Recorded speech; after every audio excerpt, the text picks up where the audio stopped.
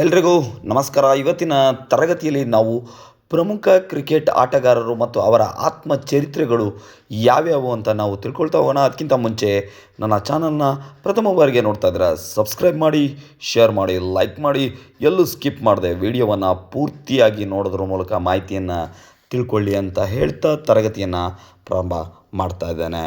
ಪ್ರಮುಖ ಕ್ರಿಕೆಟ್ ಆಟಗಾರರು ಮತ್ತು ಅವರ ಆತ್ಮಚರಿತ್ರೆಗಳು. ಮೊದಲನೇದಾಗಿ ನಾವು ನೋಡ್ತಾ ಹೋಗೋಣ. ಸಚಿನ್ ತೆಂಡೂಲ್ಕರ್, ನಮ್ಮ ಒಂದು ಕ್ರಿಕೆಟ್ ದೇವರು ಅಂತೇಳಿ ಕರೆಯುವಂಥ ಸಚಿನ್ ತೆಂಡೂಲ್ಕರ್ ಅವರ ಒಂದು ಆತ್ಮಚರಿತ್ರೆ playing it my way. Playing it my way ಏನಿದೆ, ಇದು ನಮ್ಮ ಸಚಿನ್ ತೆಂಡೂಲ್ಕರ್ ಅವರ ಆತ್ಮಚರಿತ್ರೆ ಆಗಿದೆ. ಇನ್ನು ನೆಕ್ಸ್ಟ್ ನಾವು ನೋಡ್ತಾ ಹೋಗೋದಾದರೆ ಸುನಿಲ್ ಗವಾಸ್ಕರ್. ಇವರು ನಮ್ಮ ಒಂದು ಟೆಸ್ಟ್ ಕ್ರಿಕೆಟ್ನ ಲೆಜೆಂಡ್ ಅಂತಲೇ ಕರಿಬೋದು. ಈ ಸುನಿಲ್ ಗವಾಸ್ಕರ್ ಅವರ ಒಂದು ಆತ್ಮಚರಿತ್ರೆಯನ್ನು ನಾವು ನೋಡ್ತಾ ಹೋಗೋದಾದರೆ ಸನ್ನಿ ಡೇಸ್ ಏನಿದೆ, ಇದು ಸುನಿಲ್ ಗವಾಸ್ಕರ್ ಅವರ ಆತ್ಮಚರಿತ್ರೆ ಆಗಿದೆ. ಇನ್ನು ನಮಗೆ ಮೊದಲ ವರ್ಲ್ಡ್ ಕಪ್ಪನ್ನು ತಂದುಕೊಟ್ಟಂಥ ವ್ಯಕ್ತಿ ಕಪಿಲ್ ದೇವ್ ಅವರ ಒಂದು ಆತ್ಮಚರಿತ್ರೆ ಸ್ಟ್ರೈಟ್ ಫ್ರಮ್ ದ ಆರ್ಟ್ ಅನ್ನುವಂಥದ್ದು ಕಪಿಲ್ ದೇವ್ ಅವರ ಒಂದು ಆತ್ಮಚರಿತ್ರೆ. ಶೇನ್ ವಾರ್ನ್ ನಮಗೆ ಗೊತ್ತು. ಇವರು ಆಸ್ಟ್ರೇಲಿಯಾದ ಲೆಜೆಂಡರಿ ಸ್ಪಿನ್ನರ್. ಸುಮಾರು ಟೆಸ್ಟ್ ವಿಕೆಟ್ನಲ್ಲಿ ಅತ್ಯಧಿಕ ವಿಕೆಟ್ನ ತೆಗೆದಂಥ ಎರಡನೇ ಆಟಗಾರ ಶೇನ್ ವಾರ್ನ್. ಇವರ ಒಂದು ಆತ್ಮಚರಿತ್ರೆ ನೋ ಸ್ಪಿನ್ ಅನ್ನುವಂಥದ್ದು ಇವರ ಆತ್ಮಚರಿತ್ರೆ ಆಗಿದೆ. ಇನ್ನು ಬ್ರೆಟ್ಲಿ ಇವರು ಆಸ್ಟ್ರೇಲಿಯಾದ ವೇಗದ ಬೌಲರ್. ಇವರ ಒಂದು ಆತ್ಮಚರಿತ್ರೆ ಮೈ ಲೈಫ್ ಅನ್ನುವಂಥದ್ದು ಬ್ರೆಟ್ಲಿಯವರ ಒಂದು ಆತ್ಮಚರಿತ್ರೆ ಆಗಿದೆ. ಇನ್ನು ಸೌರವ್ ಗಂಗೂಲಿ, ನಮ್ಮ ಭಾರತ ಕ್ರಿಕೆಟ್ ತಂಡದ ಲೆಫ್ಟ್ ಹ್ಯಾಂಡ್ ಬ್ಯಾಟ್ಸ್ಮನ್. ಉತ್ತಮ ಒಂದು ನಾಯಕತ್ವದ ಮೂಲಕ ಹೆಸರುವಾಸಿಯಾದಂಥ ಕ್ರಿಕೆಟ್ ಆಟಗಾರ. ತಮ್ಮ ಸಿಕ್ಸರ್ಗಳ ಮೂಲಕ ಒಂದು ಅಭಿಮಾನಿಗಳನ್ನು ಮನರಂಜಿಸ್ತಿದ್ದಂಥ ಆಟಗಾರ ಸೌರವ್ ಗಂಗೂಲಿ.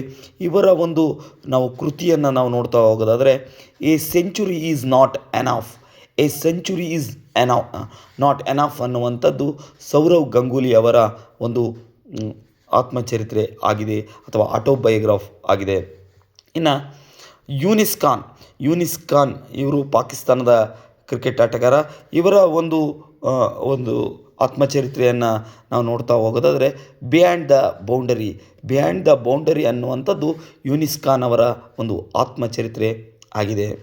ಇನ್ನು ಯುವರಾಜ್ ಸಿಂಗ್, ಸಿಕ್ಸರ್ ಕಿಂಗ್ ಅಂತಲೇ ಕರೆಯುವಂಥ ಯುವರಾಜ್ ಸಿಂಗ್ ಅವರ ಒಂದು ಆತ್ಮಚರಿತ್ರೆಯನ್ನು ನಾವು ನೋಡ್ತಾ ಹೋಗೋದಾದರೆ the test of my life ಅನ್ನುವಂಥದ್ದು ಯುವರಾಜ್ ಸಿಂಗ್ ಅವರ ಒಂದು ಆತ್ಮಚರಿತ್ರೆ ಆಗಿದೆ. ಇನ್ನು ರಿಕಿ ಪಾಂಟಿಂಗ್, ಇವರು ಆಸ್ಟ್ರೇಲಿಯಾ ತಂಡದ ಒಬ್ಬ ಖ್ಯಾತ ಆಟಗಾರ ಮತ್ತು ಖ್ಯಾತ ನಾಯಕನಾಗಿ ತನ್ನದೇ ಆದಂಥ ಒಂದು ವಿಭಿನ್ನ ರೀತಿಯ ನಾಯಕತ್ವದ ಮೂಲಕ 2 ವಿಶ್ವಕಪ್ಗಳನ್ನು ತನ್ನ ದೇಶಕ್ಕೆ ತಂದುಕೊಟ್ಟಂಥ ರಿಕಿ ಪಾಂಟಿಂಗ್. ಅಂದರೆ ನಾಯಕನಾಗಿ 2 ವರ್ಲ್ಡ್ ಕಪ್ಪು, ಆಟಗಾರನಾಗಿ 3 ವರ್ಲ್ಡ್ ಕಪ್ಗಳನ್ನು ತಂದುಕೊಟ್ಟಿದ್ದಾರೆ ನಮ್ಮ ರಿಕಿ ಪಾಂಟಿಂಗ್. ಅವರ ಒಂದು ಆತ್ಮಚರಿತ್ರೆಯನ್ನು ನಾವು ನೋಡ್ತಾ ಹೋಗೋದಾದರೆ at the close of play ಅನ್ನುವಂಥದ್ದು ರಿಕಿ ಪಾಂಟಿಂಗ್ ಅವರ ಆತ್ಮಚರಿತ್ರೆ ಆಗಿದೆ. ಇನ್ನು VVS ಲಕ್ಷ್ಮಣ್, ಇವರು ನಮ್ಮ ಭಾರತೀಯ ಕ್ರಿಕೆಟ್ ತಂಡದ ಅತ್ಯುತ್ತಮ ಟೆಸ್ಟ್ ಕ್ರಿಕೆಟ್ ಪ್ಲೇಯರ್ ಅಂತ ಹೇಳಿದರೆ ತಪ್ಪಾಗಲಾರದು. ಇವರ ಒಂದು ಆತ್ಮಚರಿತ್ರೆ 281 ಆ್ಯಂಡ್ ಬಿಯಾಂಡ್, 281 ಮತ್ತು ಅದರ ಒಂದು ಹಿಂದಿನ ಕತೆ ಅಂತ 281 ಆ್ಯಂಡ್ ಬಿಯಾಂಡ್ ಅನ್ನುವಂಥದ್ದು VVS ಲಕ್ಷ್ಮಣ್ಣವರ ಒಂದು ಆತ್ಮಚರಿತ್ರೆ.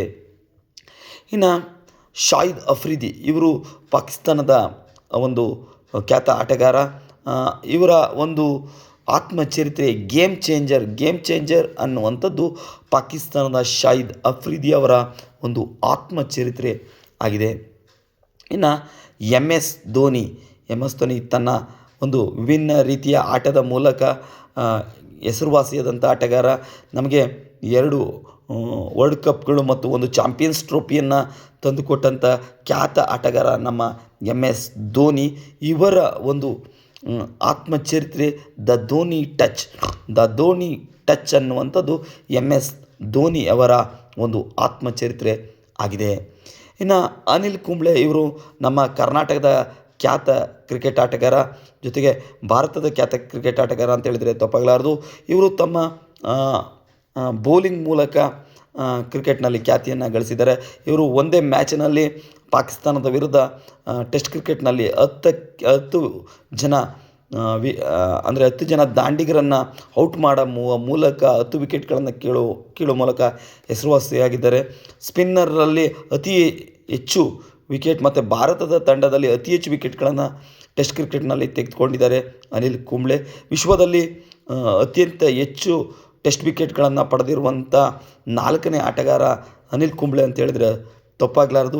ಇವರ ಒಂದು ಆತ್ಮಚರಿತ್ರೆ ವೈಡ್ ಆ್ಯಂಗಲ್ ಅನ್ನುವಂಥದ್ದು ಇವರ ಒಂದು ಆತ್ಮ ಚರಿತ್ರೆ ಆಗಿದೆ. ಇದಿಷ್ಟು ನಮ್ಮ ಖ್ಯಾತ ಕ್ರಿಕೆಟ್ ಪ್ರಮುಖ ಆಟಗಾರರ ಒಂದು ಆತ್ಮ ಚರಿತ್ರೆ ಆಗಿದೆ. ಮುಂದಿನ ತರಗತಿಯಲ್ಲಿ ಮತ್ತಷ್ಟು ವಿಚಾರಗಳೊಂದಿಗೆ ನಿಮ್ಮೆಲ್ಲರಿಗೂ ಸಿಗ್ತಾನೆ. ಧನ್ಯವಾದಗಳು. ಶುಭವಾಗಲಿ. ಶುಭ ದಿನ.